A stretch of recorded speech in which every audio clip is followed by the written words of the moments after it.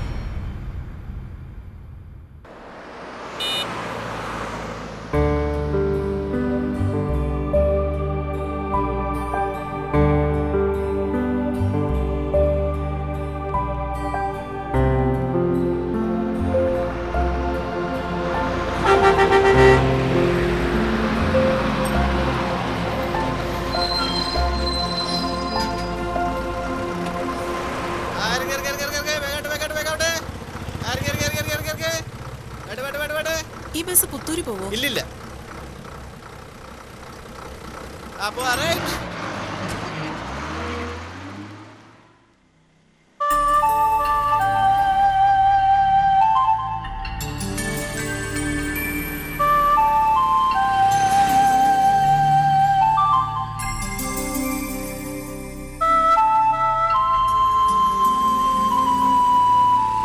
പുത്തൂർക്കുള്ള വണ്ടി പോയോ?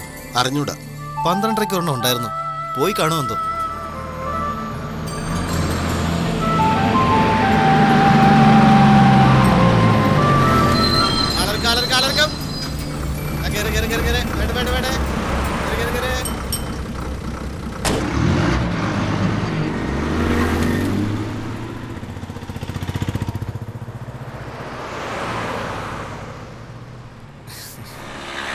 നിങ്ങളെവിടേക്കാ? പുത്തൂർക്കാ. നേരം കുറേയായി, കാത്തിരുന്നു മടുത്തു. വരേണ്ട സമയമൊക്കെ കഴിഞ്ഞു. നല്ല നേരം നോക്കിയല്ലേ അത് ഓടൂ. ഇനിയൊന്നുള്ളത് 1:30 തോന്നേ.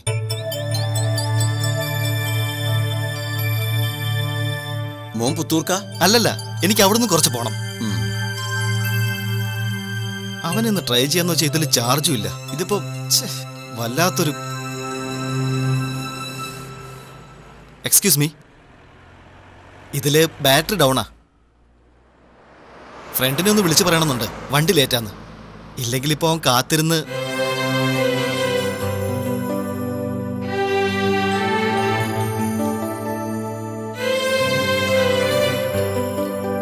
ഇതിൽ പൈസ ഉണ്ടല്ലോ അല്ലേ? എനിക്ക് 1 മിനിറ്റ് മതി. ആ, ഞാനാടാ. എങ്ങനെ എത്താൻ? അതിനിവിടുന്ന് പുറപ്പെട്ടിട്ട് വേണ്ടേ? നീ അല്ലാതെ ആ ഓണം കേറാമൂലയിൽ പോയി വീട് വെക്കുവോ? നേരത്തിനും കാലത്തിനും ഒരു വണ്ടി പോലും ഇല്ല. ആ, ഇനി 1:30 ഒരെണ്ണം ഉണ്ട്. പക്ഷേ അതിന്നുണ്ടോ എന്തോ. കിട്ടിയാ ഭാഗ്യം. എന്തായാലും ഞാനവിടെ വരും.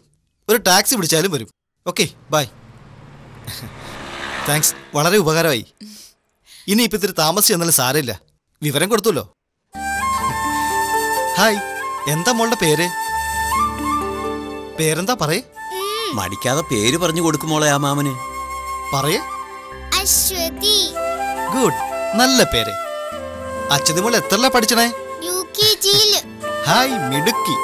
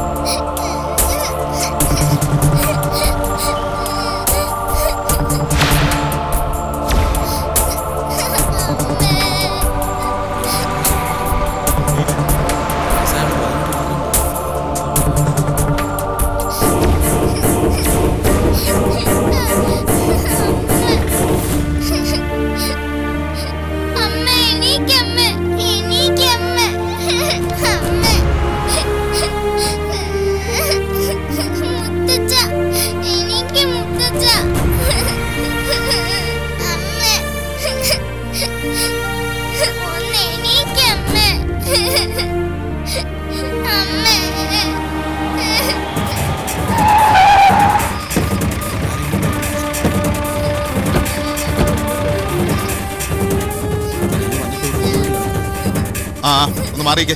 എന്താ ഇവിടെ? എന്താ സംഭവം? അറിയില്ല സർ. എന്താ എന്താ എന്താ സംഭവം? വേറെ ആരും ഇല്ലേ ഇവരുടെ കൂടെ? അറിയില്ല. ഈ കുട്ടി റോഡിലൂടെ കരഞ്ഞു നടക്കായിരുന്നു. വണ്ടി തട്ടേണ്ടതാ.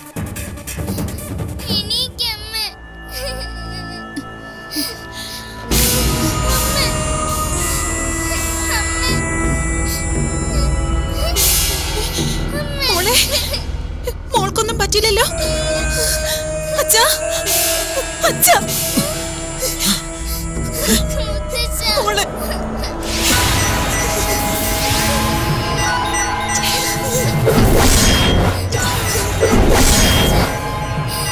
എന്താ എന്താ ഉണ്ടായത്?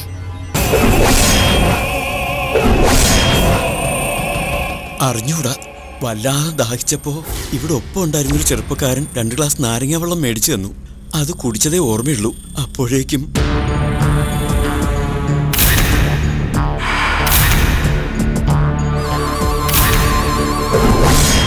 അയ്യോ, എന്റെ മോളുടെ മാല.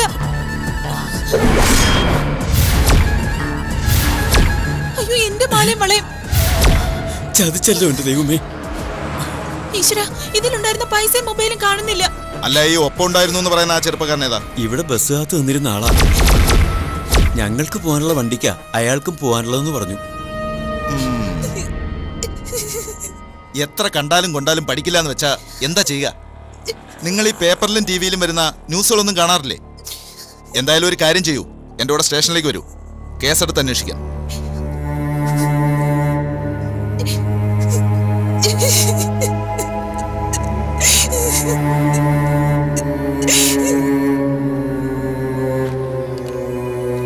പിന്നെ പെങ്ങൾ ഇവിടുന്ന് തന്നെ മരുന്ന് വാങ്ങണമെന്ന് മുതലാളിക്ക് ഒരു നിർബന്ധമില്ല.